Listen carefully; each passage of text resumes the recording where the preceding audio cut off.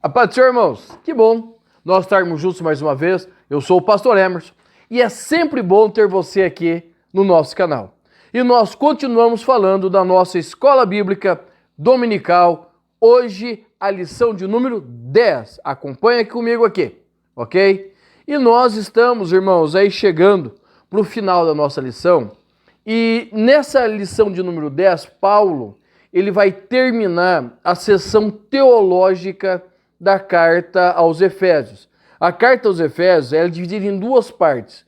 Capítulos 1, 2 e 3 é a parte teológica, onde Paulo ele fala de toda a sua teologia, da salvação, reconciliação, e os versículos e os capítulos 4, 5 e 6 é a parte prática, aonde ele vai colocar toda a sua teologia em prol da vida cotidiana dos seus ouvintes. Tá? E ele vai terminar a parte teológica dele com a seguinte afirmação, né? Por causa disso, me ponho de joelhos perante o Pai de nosso Senhor Jesus Cristo, o qual toda a família nos céus e na terra toma o nome. Esse é o nosso textuário, que está lá em Efésios capítulo 3, versículos 14 e 15. Então, veja bem, o tema da nossa lição de hoje é a intercessão pelos Efésios. Intercessão pelos Efésios. Se você quiser saber mais, nós temos aí 2 vídeos que falamos exclusivamente sobre oração. Eu vou deixar aqui em cima o card deles linkado, ok? Clica lá e você vai aprender um pouco mais a respeito de oração. E o que vai acontecer aqui? Paulo, ele vai usar o termo se pôr de joelho. O autor, pastor Douglas Batista, vai usar o termo intercessão. A palavra intercessão nós usamos muito no evangeliquez que nós falamos, né? A palavra intercessão, ela vem de 2 raízes. Uma latina, do latim, e outra grega. Do latim, o pastor Russell Champlin vai nos falar que a palavra interceder vem da palavra latina intercedere, que são duas palavras, certo? Inter e cedere. A palavra inter quer dizer entre, e a palavra cedere quer dizer passar, ir, ou seja, interceder é se colocar entre um lugar que se passa, entre uma passagem. Já no grego, a palavra grega para intercessão é entugichano, até vira um trava-língua, certo? E essa palavra entugichano, ela vai ter o sentido, primeiro, de iluminar alguém, de lançar luz sobre alguém. Segundo, ela vai ter o sentido de procurar ir ao encontro de uma pessoa especial para fazer uma petição ou uma súplica. Então, o que é entugichano? É você ir até uma pessoa importante, de autoridade, e você vai interceder por ela. Você vai pedir por ela. Então, tanto entugichano quanto intercedere, ele tem basicamente o mesmo sentido, que é se colocar em favor de outra pessoa. Então, Paulo, ele vai dizer exatamente isso no textuário, que ele se coloca de joelho, ele se prostra para buscar uma resposta, uma bênção para alguém. Tá? E ele vai aonde? Numa pessoa especial, numa autoridade especial, em alguém que pode resolver a situação que ele está passando ou que a pessoa está passando. E ele vai dizer assim, que ele vai buscar quem? Aquele que tem uma autoridade tal que toda a família leva o seu nome. Que família é essa? A família que está no céu ou que está na terra. No céu são os anjos, na terra é a igreja. E nós levamos o nome de servos do Deus vivo, ok? Então, a nossa verdade prática vai dizer assim: devemos interceder pelos eleitos de Cristo, para que eles sejam fortalecidos de poder, vivam em comunhão e exercitem o amor de Deus. Então, vamos separar umas palavras-chave aí. Interceder, para que eles sejam, vivam e exercitem. Então, fechamos um resumo aí da nossa verdade prática. O que Paulo está dizendo? Nós devemos interceder para que eles sejam, vivam e exercitem-se em Deus.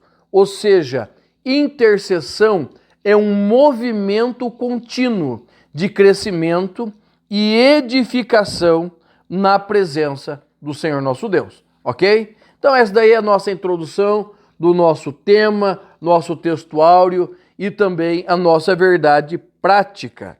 E nós vamos para o primeiro tópico da lição, aonde o pastor Douglas Batista, ele vai escrever assim: corroborados com o poder do Espírito, ok? A palavra corroborar, ela vai dizer assim, de fortalecer, certo? Fortalecer. Ou também confirmar uma ideia ou a palavra de outros. Então, o primeiro tópico aí, nós poderíamos trazer assim, fortalecidos com o poder do Espírito.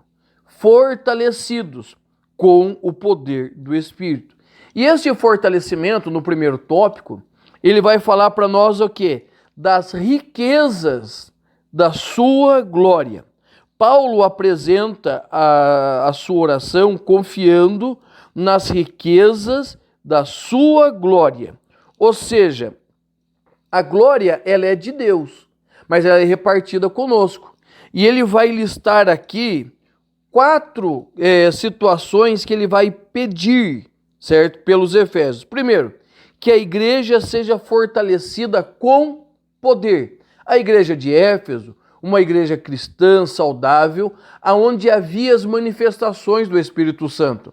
Mas esse poder não é somente o poder para falar em línguas estranhas, expulsar demônio ou manifestar os dons.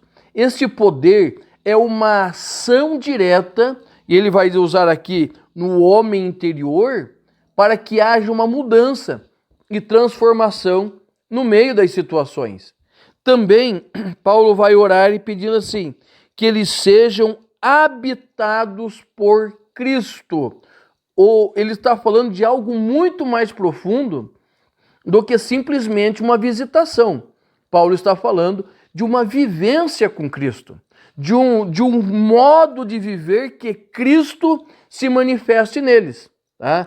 E Paulo vai usar um termo consoante a isso, quando ele escreve em Gálatas 2:20, ele vai dizer, e não mais vivo eu, mas Cristo vive em mim, e a vida que agora vivo, vivo-a na fé do Filho de Deus.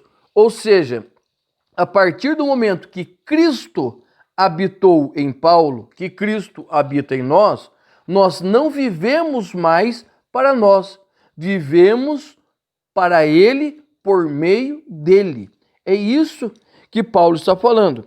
O terceiro pedido é que eles compreendam o amor divino, né? Bem que é difícil de nós podermos pontuar esse amor, mas nós precisamos compreender qual é esse amor divino, como ele se manifesta a nós. E o quarto pedido é que eles tenham um pleno desenvolvimento espiritual. Então, esses 4 pontos fazem parte das riquezas que Paulo está falando. Tá? Faz parte das riquezas da glória de Deus manifesta em nós. Fortalecimentos com poder, habitação de Cristo, compreender o amor divino e ter um pleno desenvolvimento espiritual. Tudo isso faz parte deste amor que se movimenta em nossa direção, que é o amor de Deus, né, que nos deu Cristo, nos deu salvação, e nós podemos glorificar a Ele. E Paulo vai dizer, se alguém tem alguma coisa de se glorificar, glorifique-se nisso, de ser salvo. Simples. O ponto 2 diz assim, fortalecidos com poder, certo? Fortalecidos com poder. Essa palavra poder é a palavra dunamis, que fala de algo impactante, algo efusivo. Dessa palavra dunamis vem dínamo, que é um gerador de energia, vem dinamite, certo? Aquele material explosivo, vem dinâmico, aquela pessoa que faz muitas coisas, ou seja, é uma manifestação de um poder de Deus. E para que esse poder? Para que eu, Emerson, seja de tal maneira fortalecido nesse poder, que o meu eu interior, a minha alma, ela possa ter força para escapar das ciladas do pecado. Tá? Então o fortalecimento em poder não é para sair falando língua estranha. Não, eu sou pentecostal, é bem pentecostal ainda. Mas eu preciso compreender que o poder de Deus, mais do que falar língua estranha, o poder de Deus se manifesta na minha vida, me livrando do pecado que tão de perto me rodeia, como diz Paulo. Tá? Então nós precisamos ter esta visão de que o poder de Deus começa santificando a minha vida para que eu escape do pecado e seja vitorioso em Cristo. Tá? Então nós precisamos ter isso. E sem esse poder, a igreja nunca poderá vencer o maligno. A igreja vence o pecado, vence o maligno. O crente vence o pecado, vence o maligno, não por ele, mas pelo poder que se manifesta através dele. Tá? E nós precisamos ser habitados por Cristo. Tá? E essa história da habitação é algo tremendo, certo? É algo maravilhoso que Deus, Ele tem e preparou para a minha vida e também para a sua vida.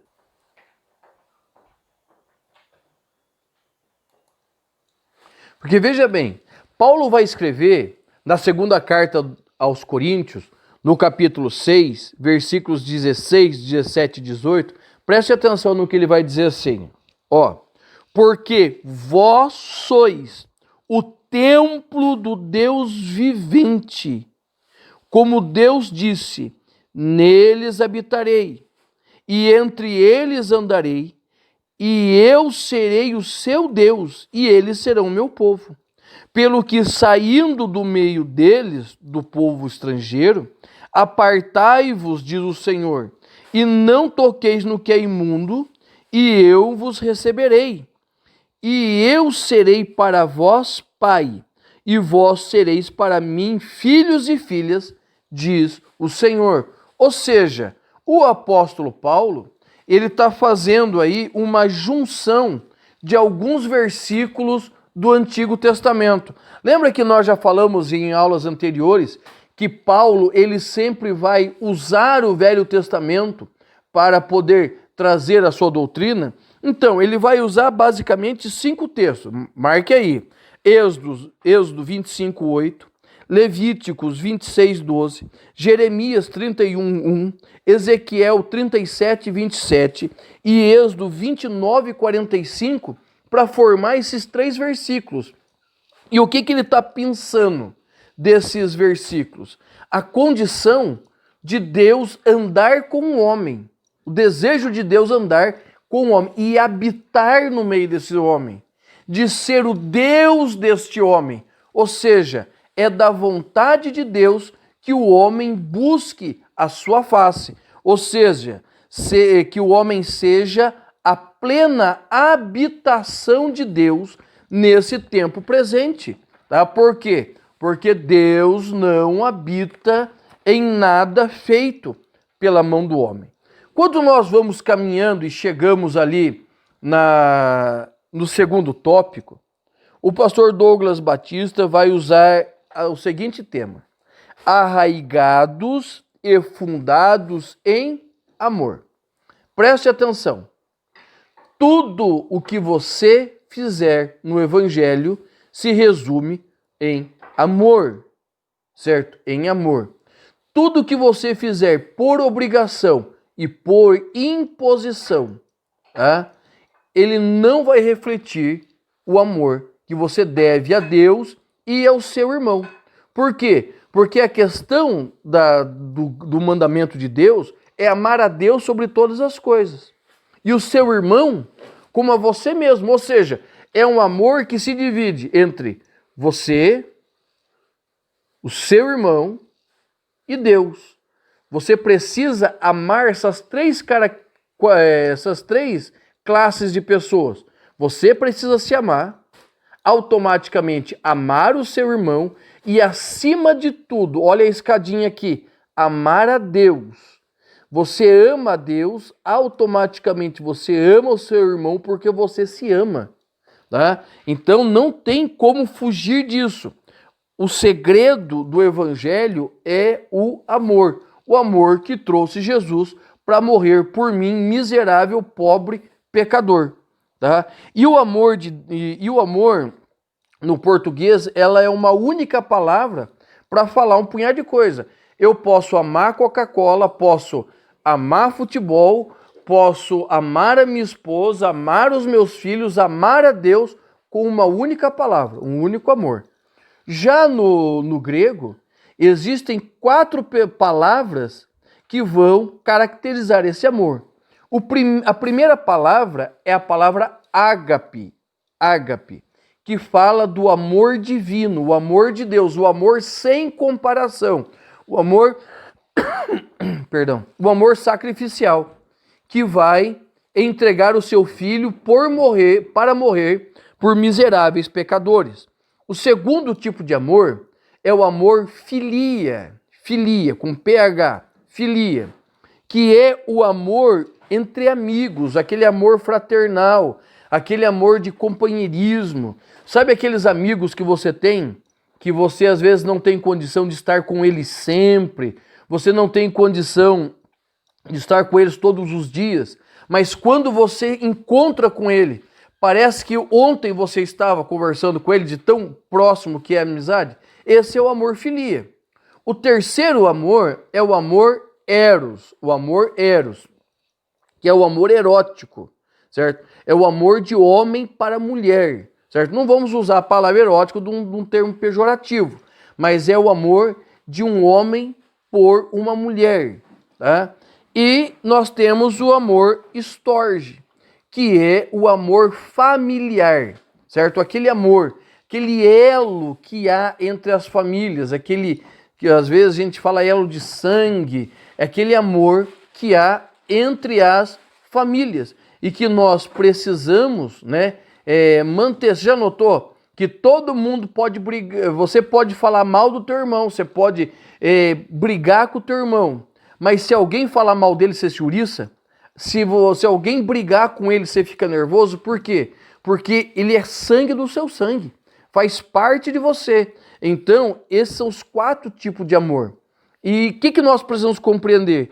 Que nós precisamos estar o quê? Vivendo este amor. Por quê? Porque o amor é a principal das virtudes. Em todos os tempos, o amor é a principal das virtudes, ok? E nós precisamos viver e vivenciar este amor. E como nós precisamos vivenciar este amor? Nós precisamos estar como arraigados nele, certo? Arraigado.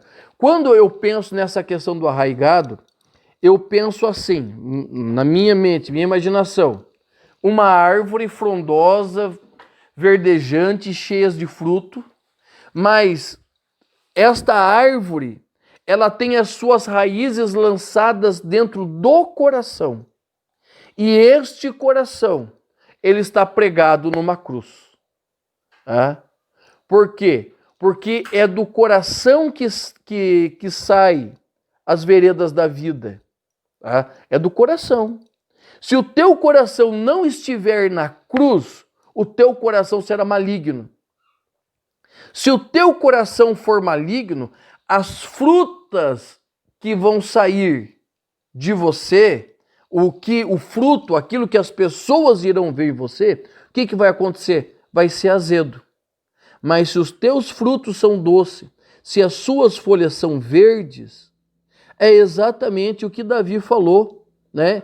Lá da árvore plantada à beira do rio, cujas as folhas não caem e dá o fruto no tempo certo. Por quê? Porque está na saída da vida. E para que nós possamos ter frutos doces, nós precisamos que o nosso coração esteja onde? Em Cristo. Em Cristo. Porque senão, nós somos as piores pessoas do mundo. Nós damos os frutos mais azedos de prostituição, frutos azedos de idolatria, frutos azedos de roubo. Mas quando nós estamos em Cristo, nós voltamos ao que Paulo vai escrever lá em Gálatas. Ele vai dizer bem assim, Gálatas capítulo 5, versículo 22. Ele vai dizer assim, ó, mas o fruto, frisa-se o fruto do Espírito é amor. É o primeiro fruto que precisa dar. Depois, alegria, paz, longanimidade, benignidade, bondade, fé, mansidão, temperança. E ele encerra dizendo, contra estas coisas não há lei. Ou seja, nós precisamos frutificar. Só que o nosso fruto tem de ser segundo o que Deus quer, tá? O que Deus quer. É por isso que hoje nós somos firmados nele. Nós estamos arraigados nele e nós precisamos frutificar por ele. Então, irmãos, nós precisamos colocar isso na nossa mente, que sem ele nós nada podemos fazer. Sem Jesus, eu sou a pessoa mais azeda do mundo. Sem Jesus, eu sou a pessoa mais amarga do mundo. Mas Jesus, quando eu estou nele, vivendo nele, Jesus, ele adoça a minha vida e transforma a minha forma de viver. Então, lá no tópico 3, diz assim, a bênção de Deus excede o pensamento humano. A bênção de Deus excede o pensamento humano. E olha só o que Salomão vai escrever em Provérbios 16, 1 e 2. Do homem são as preparações do coração, mas do Senhor a resposta da boca. Todos os caminhos do homem são limpos aos seus olhos, mas o Senhor, ele pesa o espírito. Então o que acontece? A bênção de Deus está exatamente de nós compreendermos a dimensão desse amor, nós compreendermos a dimensão daquilo que ele tem para nós. E assim, para nós termos essa compreensão, né, plena, nós precisamos compreender os 3 aspectos do amor de Deus. O aspecto da altura, da largura e da profundidade do amor de Deus que se manifesta por nós. Altura, largura e profundidade. Ou seja, Paulo está dizendo que o amor de Deus, ele é tridimensional, tem 3 dimensões. É mais ou menos o que você está vendo aqui. Eu estou no primeiro plano, mas você olha aqui, certo? Existe uma profundidade que dá, assim, uma noção de espaço, da grandeza. O amor de Deus, para nós, é tridimensional, ou seja, ele ocupa todo o espaço, a altura, a largura e a profundidade. Tá? Então, nós precisamos compreender, irmãos, que este amor, as bênçãos divinas, elas querem fazer o quê? Elas querem abranger toda a nossa vida quando nós estamos nele, certo? Ele quer abranger toda a nossa existência quando nós estamos nele. Né? Mas deixa eu falar uma coisa para você. Tá gostando do vídeo? Dá um like, inscreve-se aí e compartilha esse vídeo. É sempre bom quando nós compartilhamos com as outras pessoas aquilo que nós gostamos, tá? Então nos ajuda, abençoa o nosso canal. E o que acontece? E Paulo, para nós encerrarmos, ele vai fazer um convite à adoração. Você vê que ele pede, ele faz seus pedidos, mas ele vai encerrar com uma adoração. Ele vai encerrar adorando a Deus. E nessa adoração, ele vai colocar 4 pilares. 4 pilares dessa adoração que nós já vimos ele falando. O primeiro pilar, o fortalecimento do poder. Segundo pilar, a presença plena de Cristo. Terceiro pilar, o intenso exercício do amor. E o quarto pilar, o crescimento espiritual contínuo. Veja bem, nós precisamos o quê? Nos fortalecer no poder de Deus. Todos os dias, irmãos, buscando a presença do Senhor, orando por nós, pela família, pela igreja, pelos amigos, pelos que não gostam de nós. Inimigo é uma palavra que eu acho que nós não devemos ter, mas aqueles que às vezes não gostam do nosso jeito de ser, né? Depois, nós precisamos da plena presença de Cristo. Cristo precisa ser pleno e precisa ser visto em nós. Ele precisa ter nós precisamos ter esse contato com Cristo. Terceiro, esse intenso exercício do amor. Não amar somente aquele que nos ama, mas também amar aquele que nos aborrece. E isso é difícil. Vou falar por mim. Porque tem dia que eu quero matar um, né? Tem dia que a minha vontade é não amar. Mas a ordem de Deus para mim é ame. Então o que eu posso fazer? Eu tenho que me esforçar para cumprir a vontade divina. E o quarto pedido de Paulo é que haja um contínuo crescimento espiritual. Pedro vai dizer assim, cresçam na graça e no conhecimento do Senhor, que haja um crescimento. Tá? Então, a oração de Paulo é que a igreja fosse plena e fosse plenamente desenvolvida, que crescesse em abundância, em graça, em amor, que quem olhasse para a igreja visse não somente um templo, não somente um povo, mas eles vissem o que ali? Eles vissem Deus se manifestando naquela igreja. Então, irmãos, é muito importante que ao terminar essa última sessão, né, da parte teológica de Paulo, nós compreendamos também a doutrina da oração, que é rejeitada por muitos, mas é enfatizada por Paulo. A necessidade de buscar a Deus de uma forma tal que ele esteja tão distante de você quanto uma prece. Então, nós encerramos essa lição, mas eu tenho certeza que vai ser de grande valia para você e para sua família, tá bom? Irmãos, Deus te abençoe.